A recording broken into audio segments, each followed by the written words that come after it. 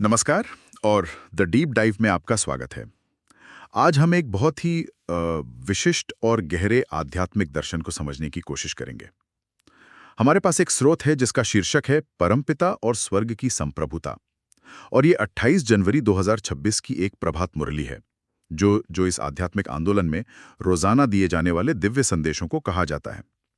तो आज हमारा मिशन इस स्रोत के नजरिए को समझना है कि ये परमात्मा, आत्मा और समय के चक्र को कैसे देखता है। आप चाहे इसे माने या ना माने, लेकिन दुनिया को देखने का इसका नजरिया वाकई बहुत अनोखा है।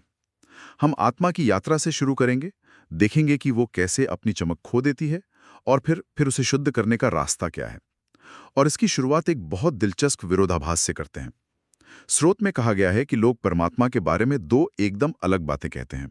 एक, कि परमात्मा अखंड ज्योति है, मतलब एक अविभाज्य प्रकाश, और दूसरी तरफ कि वो नाम रूप से न्यारा है, जिसका कोई नाम या रूप नहीं है। तो सवाल यह है कि ये दोनों बातें एक साथ सच कैसे हो सकती हैं? चलिए यहीं से शुरू करते हैं। जी, ये विरोधाभास आप कह सकते हैं कि इस पूरे दर्शन की नींव रखता है। इस टेक्स्ट का तर्क ये है कि परमात्मा की पहचान को लेकर यही उलझन, यही कन्फ्यूजन आत्माओं के पतित होने का, मतलब अपनी मूल पवित्रता से गिरने का एक बड़ा कारण है। जब तक स्रोत की सही पहचान न हो, तब तक उससे जुड़ना मुश्किल है।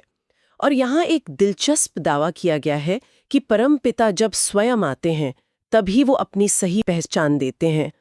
और इसी पॉइंट पर दो तरह के बाप या पिता का कॉन्सेप्ट सामने आता है। एक है लौकिक पिता, मतलब हमारे शारीरिक पिता जो हमें हर जन्म में मिलते हैं, और दूसरा है पारलौकिक पिता, वो एक आध्यात्मिक पिता जो सभी आत्माओं का पिता है। अच्छा, जन्म देने वाला पिता और आत्मा का पिता, ये एक दिलचस्प वर्गीकरण है। तो इसी विचार को पकड़कर आगे बढ़ते हैं। स्रोत में आत्मा की यात्रा का एक बहुत ही व्यवस्थित नक्शा खींचा गया है, जिसे 84 जन्मों का चक्र कहा गया है। सुनने में बड़ा सटीक लगता है। ये चक्र असल में है क्या और ये काम कैसे करता है? और ये इस दर्शन का एक एक मुख्य स्तंभ है। इसके हिसाब से सारी आत्माएं मूल रूप से एक अलग आयाम, जिसे निर्वाण धाम या शांति धाम कहते हैं, वहाँ की रहने वाली हैं। वो उनका असली घर है, जहाँ वो शांत बिंदु स्वरूप ऊर्जा के रूप में रहती हैं। जब वो इस दुनिया में, मतलब पृथ्वी पर, अपना किरदार निभाने आती हैं, तो वो एक चक्र पूरा करती हैं। और इस टेक्स्ट के मुताबिक जो आत्माएं सबसे पहले आती हैं, वो ज्यादा से ज्यादा 84 जन्मों का अनुभव करती हैं। 84 ही क्यों? ये एक बहुत स्पेसिफिक नंबर है। क्या स्रोत इसके पीछे कोई कारण बताता है या ये एक प्रतीकात्मक आंकड़ा है? स्रोत इसे एक निश्चित गणना के रूप में ही प्रस्तुत करता है, हालांकि उसका विस्तृत गणित नहीं दिया गया है। इसे एक तथ्य की तरह बताया गया है। लेकिन जो बात ज्यादा महत्वपूर्ण है वो ये है कि इस यात्रा के दौरान आत्मा की ऊर्जा और शुद्धता में लगातार बदलाव आता है। और इसी बदलाव को समझाने के लिए वो सोने के कैरेट वाली उपमा इस्तेमाल हुई है, जो मुझे काफी असरदार लगी। ये बताता है कि सतयुग यानी स्वर्ण युग में आत्मा और शरीर दोनों सतो प्रधान होते हैं, मतलब अपनी सर्वोच्च शुद्धता पर, एकदम 24 कैरेट सोने की तरह। बिल्कुल, जिसमें कोई मिलावट नहीं। और फिर जैसे जैसे नाटक आगे बढ़ता है, युग बदलते हैं। त्रेता युग या रजत युग में शुद्धता थोड़ी कम होती है, मान लीजिए 22 कैरेट सोना। फिर द्वापर युग, मतलब ताम्र युग में और गिरावट आती है। और अंत में कलियुग, लौह युग तक आते आते आत्मा और शरीर दोनों तमो प्रधान हो जाते हैं, मतलब पूरी तरह से अपवित्र। स्रोत इसकी तुलना करता है 14 कैरेट के काले पड़ चुके, अपनी चमक खो चुके सोने से। तो आत्मा की यात्रा एक तरह से 24 कैरेट से 14 कैरेट तक गिरने की कहानी है। लेकिन आत्मा अपवित्र होती क्यों है? क्या ये सिर्फ समय का असर है? नहीं, इसका तर्क इससे कहीं ज्यादा गहरा है। ये कहता है कि जब आत्माएं सतयुग में होती हैं, तो वो पूरी तरह सुखी और संपन्न होती हैं। कोई दुख, कोई कमी, कुछ महसूस नहीं होता। और उस सुख की अवस्था में वो अपने पारलौकिक पिता को भूल जाती हैं। उन्हें याद करने की जरूरत ही महसूस नहीं होती। ये तो एक दिलचस्प मनोवैज्ञानिक अवलोकन है कि समृद्धि में हम अपने स्रोत को भूल जाते हैं और संकट में मदद के लिए पुकारते हैं। हाँ बिल्कुल, दुख में ही आत्मा पुकारती है, हे पतित पावन आकर हमें पावन बनाओ। ये एक तरह से उस पारलौकिक पिता को एक निमंत्रण है कि अब दुनिया इतनी गिर चुकी है कि उसे आपके हस्तक्षेप की जरूरत है। तो ये याद और भूल का एक पूरा चक्र है, सुख में भूलना, दुख में याद करना। तो ये बात समझ में आती है कि पिता सतयुग में क्यों नहीं आते, क्योंकि वहां तो कोई उन्हें बुला ही नहीं रहा। तो फिर वो आते कब हैं? स्रोत में एक बहुत ही खास समय का जिक्र है, संगम युग। ये संगम युग की धारणा बहुत अनोखी है। ये क्या है, मतलब एक तरह का ट्रांजिशन पीरियड? जी, संगम युग की अवधारणा इस पूरे ज्ञान का केंद्र बिंदु है। ये पुरानी तमोप्रधान दुनिया, मतलब कलयुग का अंत, और नई सतोप्रधान दुनिया, यानी सतयुग की शुरुआत, उसके बीच का एक छोटा लेकिन सबसे महत्वपूर्ण संगम है, एक पुल की तरह। पिता इसी समय आते हैं क्योंकि उनका मुख्य कार्य ही है पतितों को पावन बनाना। अच्छा, तो वो तब आते हैं जब चीजें ठीक करनी हो, न कि जब सब कुछ पहले से ही उत्तम हो। बिल्कुल, वो एक तरह से आध्यात्मिक टर्न अराउंड स्पेशलिस्ट हैं, और उनके आने का तरीका भी काफी अलग बताया गया है। ऐसा नहीं है कि वो कोई अवतार लेके प्रकट होते हैं। स्रोत कहता है कि निराकार शिव बाबा, जिन्हें परम पिता माना गया है, वो एक साधारण मनुष्य ब्रह्मा के तन का आधार लेते हैं। ब्रह्मा के शरीर को भाग्यशाली रथ कहा गया है। ये भी एक बहुत अनोखा विचार है कि परमात्मा को भी एक मानवीय माध्यम की जरूरत पड़ती है। हाँ, और ये विचार त्रिमूर्ति की जो प्रचलित धारणा है, उसे भी एक नया एंगल देता है। आमतौर पर लोग ब्रह्मा, विष्णु और शंकर को सर्वोच्च मानते हैं, लेकिन ये टेक्स्ट कहता है कि इन तीनों से भी ऊपर हैं शिव, जो निराकार हैं। शिव ही ब्रह्मा के माध्यम से ज्ञान देते हैं और स्वर्ग की स्थापना का कर्म कराते हैं। इसीलिए उन्हें करण करावनहार कहा गया है। करण करावनहार मतलब वो जो खुद नहीं करता लेकिन दूसरों से कराता है। जी, डेलीगेशन का परम उदाहरण।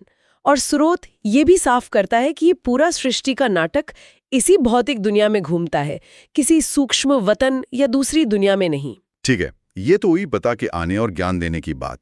लेकिन जो करोड़ों लोग सदियों से भक्ति कर रहे हैं, पूजा पाठ, कर्मकांड, उस परंपरा को स्रोत किस नजर से देखता है? स्रोत में भक्ति को रात और ज्ञान को दिन कहा गया है।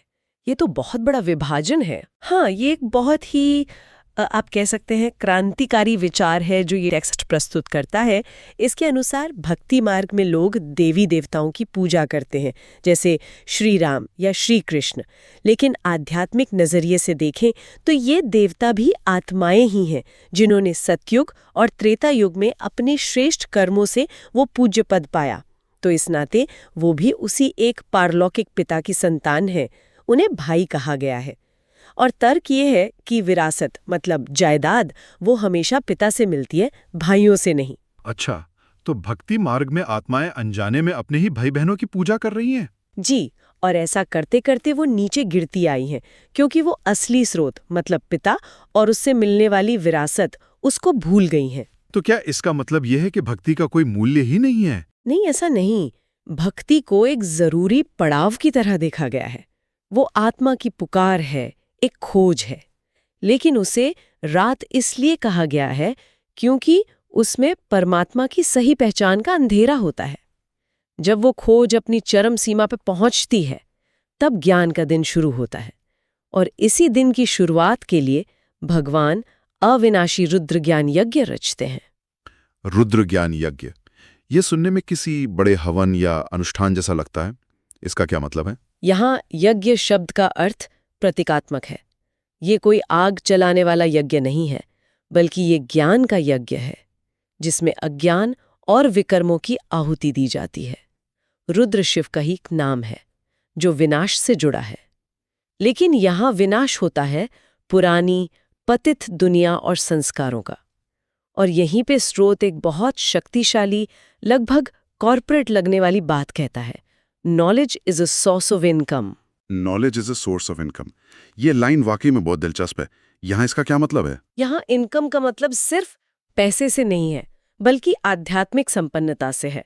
ये वो विचार है कि सही समझ और ज्ञान ही असली दौलत है, जो आपको केवल इस जीवन में नहीं, बल्कि कई जन्मों तक आंतरिक शांति और सुख की कमाई कराती है। ये ज्ञान ही वो पूंजी है जिससे आत्मा 21 जन्मों के लिए स्वर्ग का मालिक बनती है, न कि गंगा में स्नान करने जैसी कोई बाहरी क्रिया। तो अगर इस ज्ञान को सही तरह से जीवन में उतारा जाए तो इसका अंतिम परिणाम क्या है? स्रोत में स्वर्ग का बहुत ही आकर्षक वर्णन है। हीरे जवाहरातों के महल, सोने के फर्नीचर। ये तो एक यूटोपिया की तस्वीर लगती है। बिल्कुल, और वही लक्ष्य है। लेकिन इस लक्ष्य को पाने की सलाह बहुत व्यावहारिक है। स्रोत कहता है कि इसके लिए घर-बार छोड़ने की जरूरत नहीं है। गृहस्थ व्यवहार में रहते हुए, अपने सभी कर्तव्य निभाते हुए, बस अपनी बुद्धि से उस एक पारलौकिक पिता को याद करना है। और एक बहुत सुंदर बात कही गई है, कांटों के जंगल को फूलों का बगीचा बनाना है। कांटों के जंगल को फूलों का बगीचा बनाना, मतलब अपने व्यवहार से, अपनी ऊर्जा से माहौल को बदलना, किसी को दुख नहीं देना। जी, अपनी शांति और सुख को फैलाना। इस स्रोत में पिता के लिए कुछ और भी अनोखी उपाधियां इस्तेमाल की गई हैं। उन्हें जादूगर, रत्नागर और सौदागर भी कहा गया है। हाँ, और इन उपाधियों के बहुत गहरे अर्थ हैं। उन्हें सौदागर कहा गया है क्योंकि वो एक अनोखा सौदा करते हैं। वो आत्माओं से उनके अवगुण, उनकी कमजोरियां जो कौड़ियों के समान है, वो ले लेते हैं और बदले में ज्ञान रूपी अविनाशी रत्न देते हैं। रत्नागर मतलब रत्नों का सागर, और जादूगर वाली उपाधि शायद सबसे शक्तिशाली है। जादूगर क्यों? ये शब्द आमतौर पर हम भ्रम या हाथ की सफाई से जोड़ते हैं। यहाँ इसका क्या संदर्भ है? यहाँ इसका संदर्भ है एक असंभव से लगने वाले परिवर्तन से। वो साधारण विकारों से भरे मनुष्य को सर्वगुण संपन्न देवता बना देते हैं। एक कंगाल मतलब बेगर जो आध्यात्मिक रूप से खाली है, उसे स्वर्ग का राजकुमार मतलब प्रिंस बना देते हैं। ये एक 180 डिग्री का रूपांतरण है। और क्योंकि ये इतना अविश्वसनीय और तीव्र होता है, इसलिए इसे जादू की संज्ञा दी गई है। अब हम अपनी चर्चा के अंतिम हिस्से की ओर बढ़ रहे हैं। स्रोत के अंत में कुछ मुख्य बिंदु दिए गए हैं धारणा के लिए। इनमें से सबसे प्रमुख क्या है? इसमें सबसे प्रमुख अवधारणा मास्टर दाता बनने की है। मास्टर दाता कौन है? स्रोत समझाता है कि मास्टर दाता वो है जो दूसरों की कमियों या गलतियों पर ध्यान नहीं देता। उसकी नजर दोष ढूंढने में नहीं रहती। इसके बजाय वो अपने गुणों और शक्तियों का सहयोग दूसरों को देता है। ये तो बहुत सकारात्मक दृष्टिकोण है। अपनी ऊर्जा दूसरों की आलोचना में बर्बाद करने के बजाय उन्हें ऊपर उठाने में लगाना। बिल्कुल। उसके मन में ये भावना नहीं होती कि ये तो ऐसा ही है, ये कभी नहीं सुधरेगा, बल्कि ये शुभ भावना होती है कि मैं इसे भी अपने और बाप समान बनाऊं। उसकी कामना होती है कि सभी आत्माएं जो आज दुखी हैं, वो सदा के लिए सुखी और मालामाल बन जाएं। ये निस्वार्थ सेवा की पराकाष्ठा है। और स्रोत का अंतिम स्लोगन भी शायद इसी भावना को आगे बढ़ाता है, मनसा वाचा और कर्मणा। सेवा करने वाले ही निरंतर सेवाधारी हैं। उनके हर श्वास में सेवा समाई हुई है। इसका मतलब है सेवा सिर्फ एक बाहरी गतिविधि नहीं, बल्कि एक 24 घंटे की आंतरिक अवस्था है। मनसा यानी मन से, अपने विचारों से सेवा, वाचा यानी अपने बोल से, और कर्मणा यानी अपने कर्मों से। तो आज की इस गहरी पड़ताल को समेटते हैं। हमने देखा कि ये स्रोत आत्मा की 84 जन्मों की एक पूरी यात्रा का नक्शा खींचता है। उसके 24 कैरेट सोने जैसी शुद्ध अवस्था से लेकर कलयुग की पतित अवस्था तक। फिर ये उस परिवर्तन की प्रक्रिया को समझाता है जो संगम युग में परमपिता के ज्ञान द्वारा होती है। मुख्य जोर बाहरी कर्मकांड के बजाय आंतरिक ज्ञान और समझ पर है। और ये रेखांकित करना भी जरूरी है कि ये पूरी प्रक्रिया संगम युग नामक एक बहुत ही विशेष और संक्षिप्त समय पर केंद्रित है, और इसका आधार निराकार पिता द्वारा एक साकार मानवीय माध्यम के जरिए दिए गए ज्ञान को माना गया है। वो ज्ञान ही वो कैटलिस्ट है जो ये बदलाव लाता है। और इसी के साथ हम अपने श्रोताओं के लिए एक अंतिम विचार छोड़कर जाना चाहेंगे। स्रोत में पिता को एक जादूगर कहा गया है जो मनुष्य को देवता बना देता है। तो यह विचार करने योग्य है कि इस आध्यात्मिक संदर्भ में ज्ञान द्वारा होने वाले परिवर्तन और एक जादुई रूपांतरण के बीच क्या संबंध हो सकता है। वो कौन सा ज्ञान है? यह ज्ञान को समझने का वो कौन सा तरीका है जो व्यक्तित्व में इतना गहरा बदलाव ला सकता है कि उसे जादू की संज्ञा दी जा सके?